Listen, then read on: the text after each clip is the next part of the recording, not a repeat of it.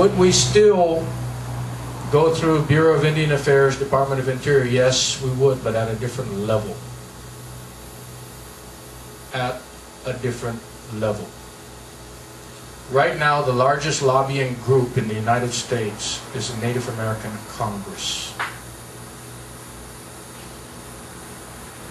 The gates are opening wide for all of the registered Native Americans in the United States of America.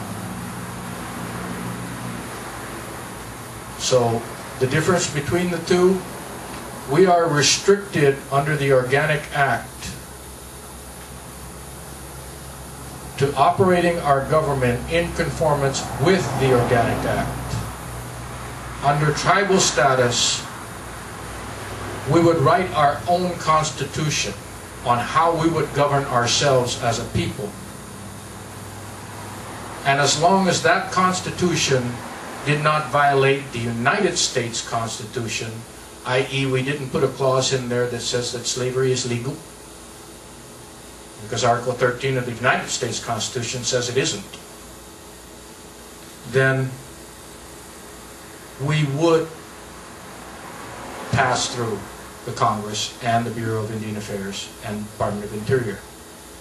Okay, we have a lot of ludicrous regulations within the Organic Act, because it was developed by the naval government of Guam and then submitted to Congress. And it was not developed as a permanent form of governance. It was developed as a temporary form of governance, which is why we don't have a true three-tier system of government.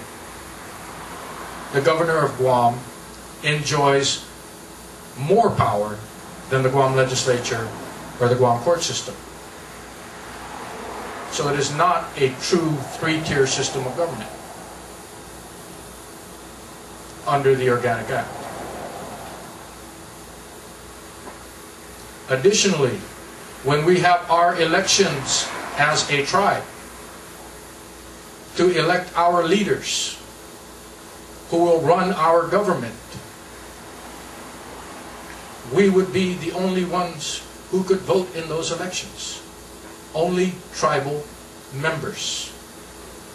Could you still have an Organic Act government for the rest of the island that are not Chamorros? Yeah, you could. That would be up to Congress whether they wanted both at the same time, which chances are they probably would.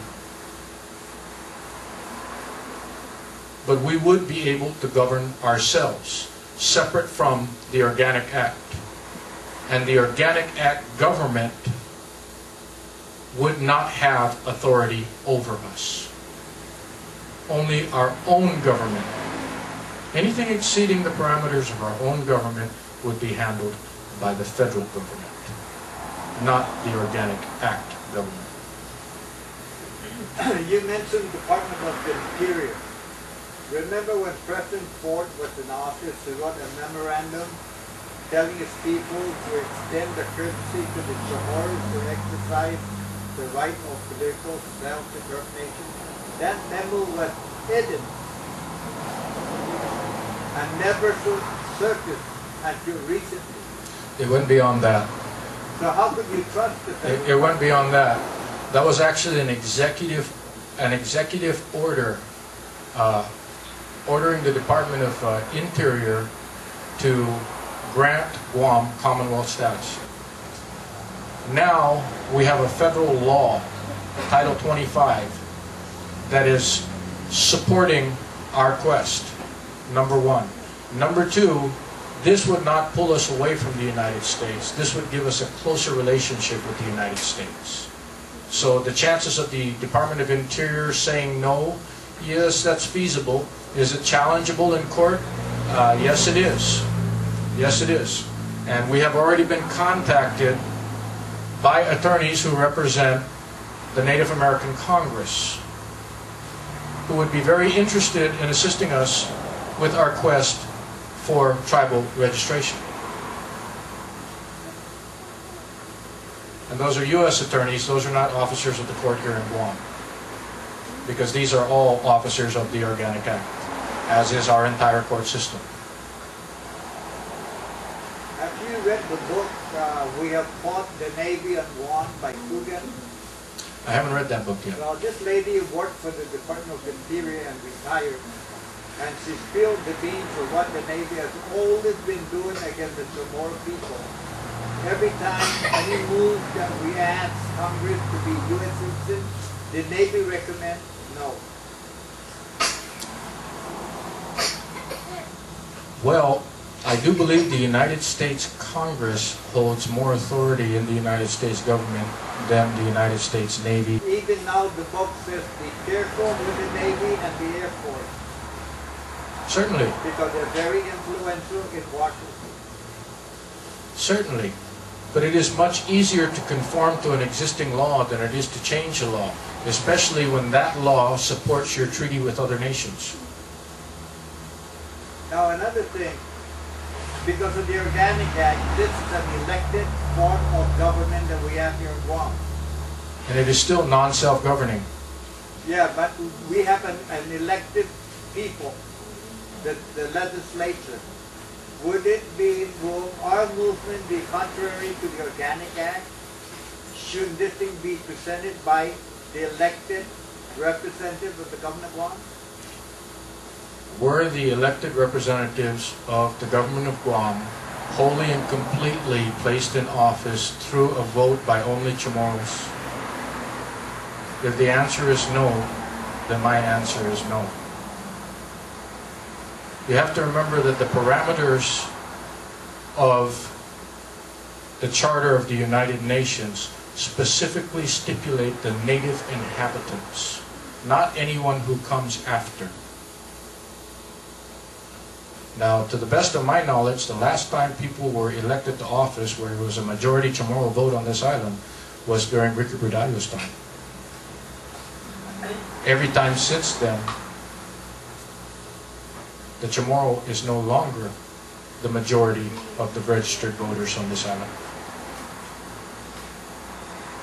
Do we have the right as a people, without going through our legislature, to approach the Bureau of Indian Affairs? Yes, we do. As a matter of fact, we also have the right to approach the Trusteeship Council of the United Nations with any grievances that we have regarding our treatment from the United States of America, which we have never done. We tried to approach the body, the General Assembly of the United Nations, but we did never file a complaint with the Trusteeship Council of the United Nations. And that is the body that governs the trusteeship of this island. But we have that right, as well as the right to apply as a people without the support of the legislature or the governor, because of the fact that we are already state recognized.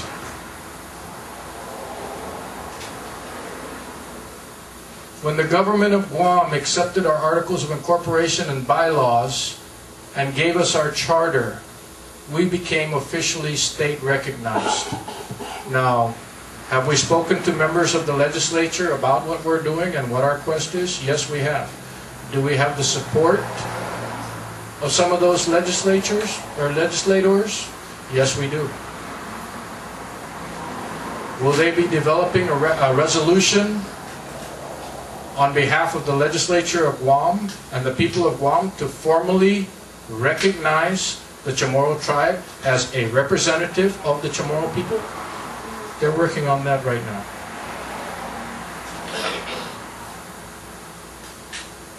Okay, in my closing remark, I suggest that you make copies of the film that you're now taking and make it available to the mayors of these villages in order that we can spread the word now. Sir, we've gone farther than that.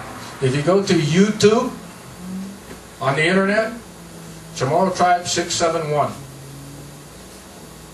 That's where this film is posted. By next week, everybody around the world will be able to view this meeting, just as last week's meeting was posted yesterday on YouTube. And we've already had, last time I looked, there was like, what, 200 viewers? Now we don't know exactly where all they're coming from, but we do know that 200 people viewed.